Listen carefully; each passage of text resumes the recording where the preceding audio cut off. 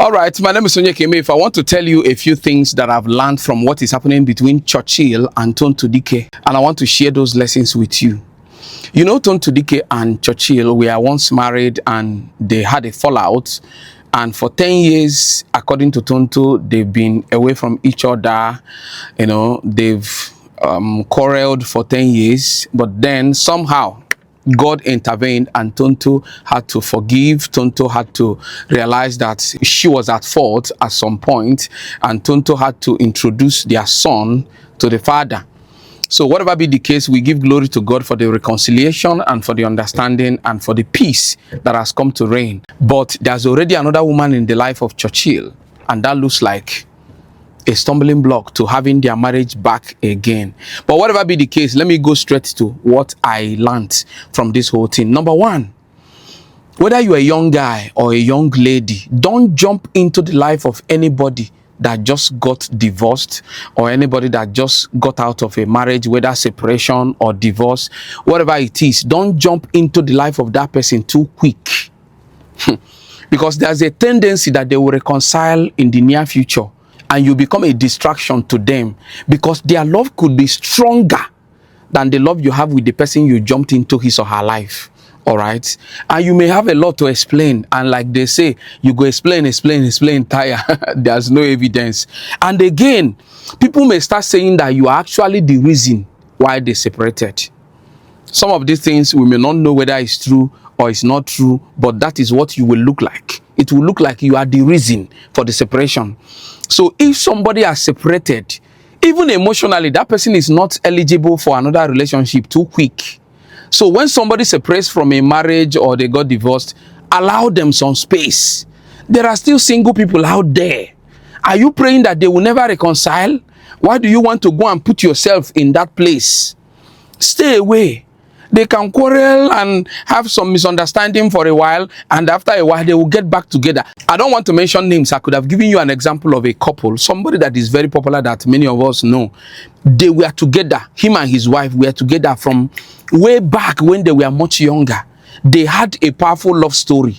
Now, whatever that happened and they fell out is not a reason for anybody to jump into the hands of the man too quick, or jump into the hands of the woman too quick, because whatever they have as differences may not be strong enough to invalidate or wipe away the love story they shared together over the years. People who have been together possibly from when they were still around 20-something years old, and now they're around 40-something. They now have one issue like that, and then you now come from nowhere, you jump into the hands of the man, and you think you are going to last. Relax.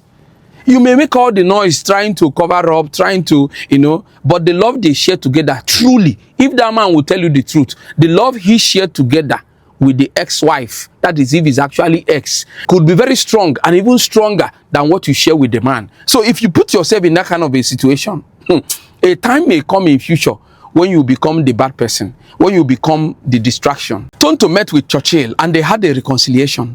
And Churchill did not push her away. Churchill did not reject her. And I'm seeing some pictures online, stuff like that, showing that it's as if Churchill has been waiting for her to come back all this while.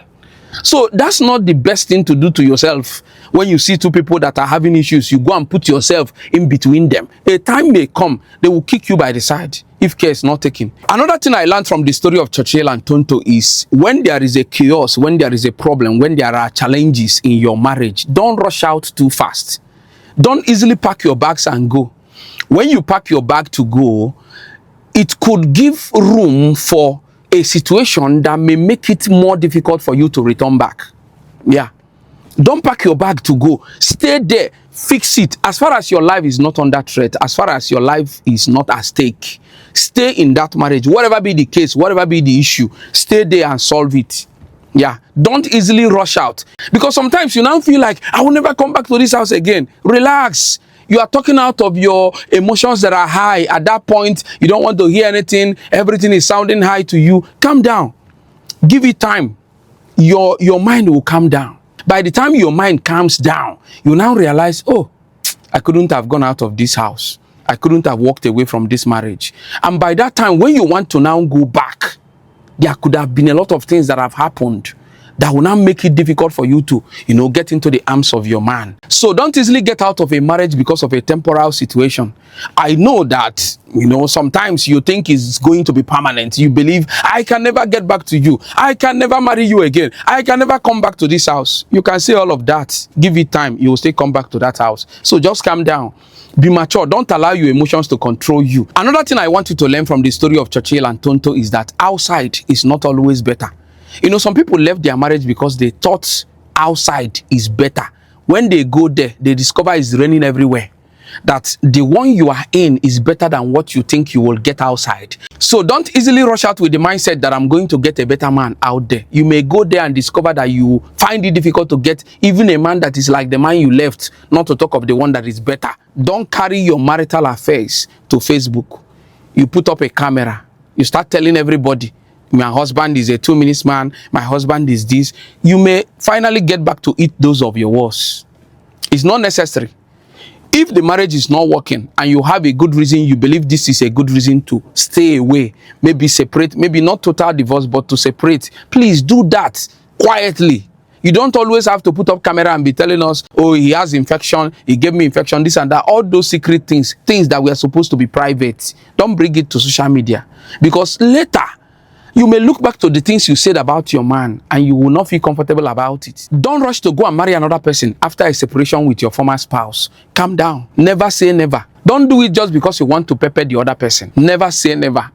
That's one thing I've learned. Imagine 10 whole years. After 10 solid years, if Churchill had not married another person, by now, Tonto and Churchill, maybe you should be talking about another wedding again to reconcile and celebrate. This is teaching us a lesson that even if it's up to 10 years, something may still happen. The reconciliation may still be possible. So be very careful the way you handle marital disagreements.